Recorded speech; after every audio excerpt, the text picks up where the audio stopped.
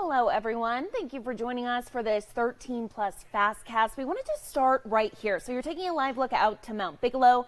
Take a look at that wind. You can see the pine trees up there definitely blowing this afternoon. We will get to weather here just shortly, but we wanted to show you this shot. Pretty crazy up there with all that wind. Again, thank you for joining us for this 13 plus FastCast. I'm Carson Courier. We do want to begin with a local story. We do have new details out this afternoon on a deadly crash that happened over the weekend. We now know the name of the driver in the fatal crash near Golf Links and South Palm Springs Drive. TPD says 62-year-old Terry McCrae suffered critical injuries and died at the scene. Officers say he was driving east on Golf Links Road, lost control of his car, and crashed into a tree in the median. Police say McCrae was not wearing a seatbelt and did not have a valid driver's license. Turning now to another local story we've been following for you for quite some time. We now know the name of the Cochise County Sheriff's deputy involved in a crash last week. He was badly injured there. We're told 43-year-old Christopher Oletsky suffered multiple fractures while trying to stop a suspected human smuggler northwest of Bisbee. You can see a picture of her right there on your screen. This story up on our website as well if you're interested in looking at more information there. Now, he's worked for the sheriff's office for the past 3 years and was recently assigned to the criminal interdiction unit. Now, Sheriff Mark Daniels, he came out with a statement this morning regarding his injuries, Chris's injuries. So you can see on your screen, he says in part, quote, "Complications have arisen in Chris's care, resulting in significant challenges moving forward with his medical pathway. We would ask for your positive thoughts and prayers for Chris's recovery and blessings to his family, loved ones, and friends as they navigate through these dark times." End quote. Now, the sheriff's office says it is in the process of setting up a GoFundMe page for his family. Of course, once that's made, we'll let you know the latest there. We'll share that with you online. Turning now to a national story, former President Trump appeared in a New York courtroom today for a civil fraud case over his business practices. The New York Attorney General brought the lawsuit against Trump, alleging that he and his sons engaged in fraud. James says Trump lied about his net worth for his financial benefit. Among the claims, Trump faces falsifying business records and issuing false financial statements. They are seeking $250 million in penalties and a ban on Trump doing business in New York. It could also force Trump to give up some of his properties, Trump Tower, a Wall Street office building, and a golf course. Trump referred to it as a, quote, scam, saying it is, quote, a continuation of the single greatest witch hunt of all time. His spokesperson addressed the public outside of the courtroom this afternoon. Take a listen. This is nothing more than election interference. Democrats know that President Trump is leading Joe Biden by wide margins, and this is the only way that they can stop them. President Trump is going to be defiant, he's going to take a stand, and he's going to fight back like he always has.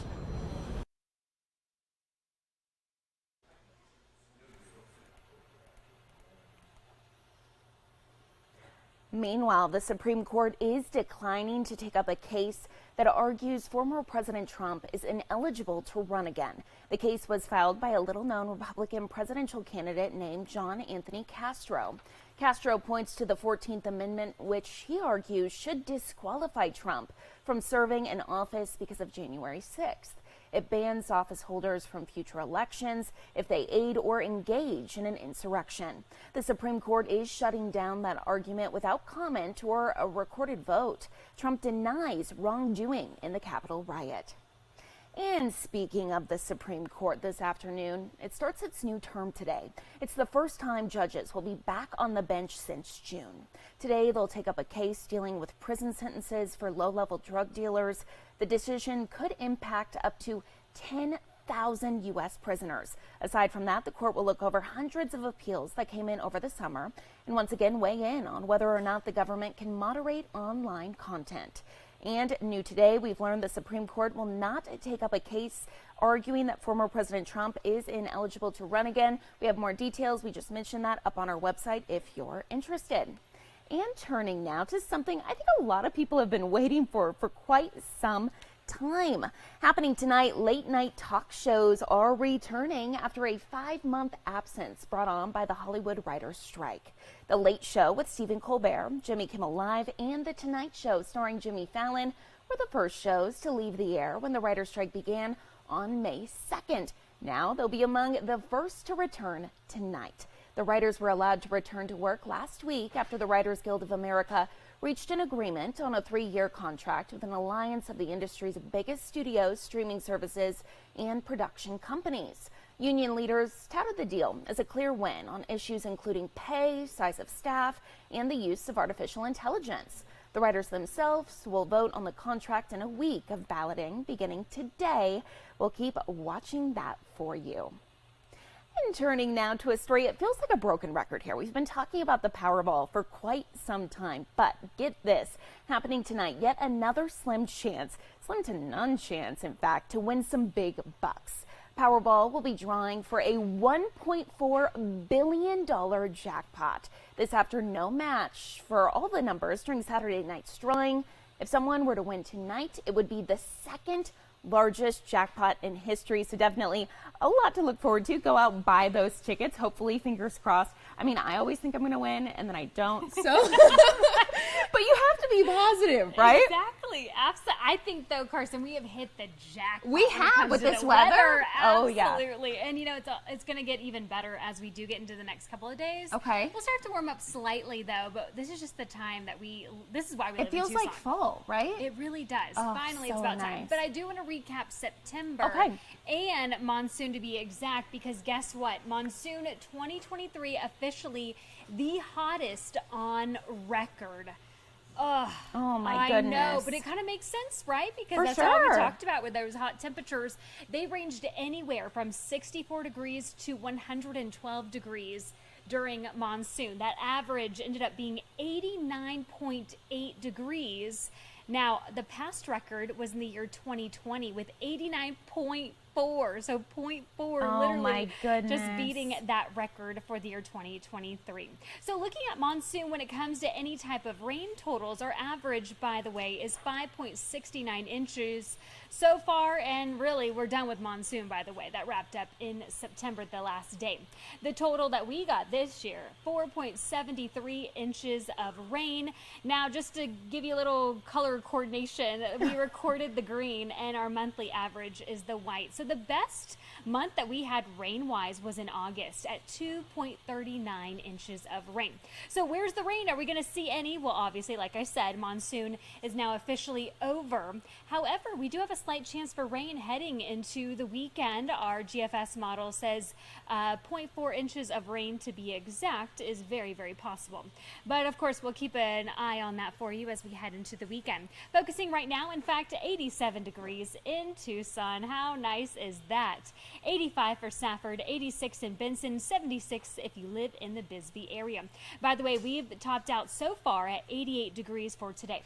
Our average right now is in the low 90s, so 91 degrees, to just kind of put that in perspective for you. So we're below average, which shocking, I know.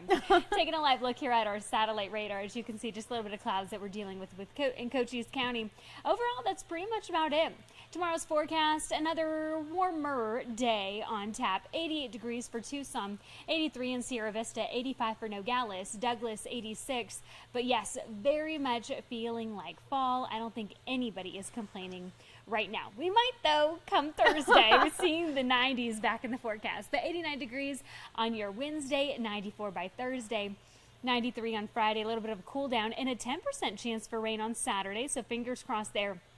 Do keep in mind, though, our overnights are actually, cold-ish. I would say cold. I think cold, right? 56 degrees for our overnight lows this evening. The 50s sticking with that, and then jumping up to 65 degrees come the weekend. Those are our overnights. So if things start to cool on down finally, because that's why we live in Tucson. I know. These temperatures. We're finally getting into the part of the year where it's like, wow, I love living here. Absolutely. Right? Yeah. During the summer, you hunker down inside.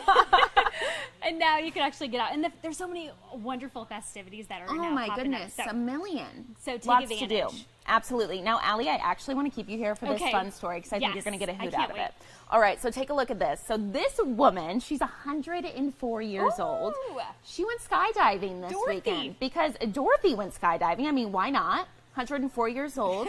You go, girl, because I would never jump out of a perfectly wouldn't good do that plane. now. Exactly. But get this. So the first time she went skydiving was when she was 100. So I guess she was really scared to do it, but it was kind of something her family was like, hey, Oh, at 100? 100. Yeah.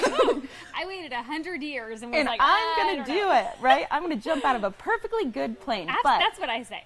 Right? So she was scared to do that when she was 100 years old. Now she's 104, and I guess she was all about it. So, and I quote, she said, let's go, Geronimo.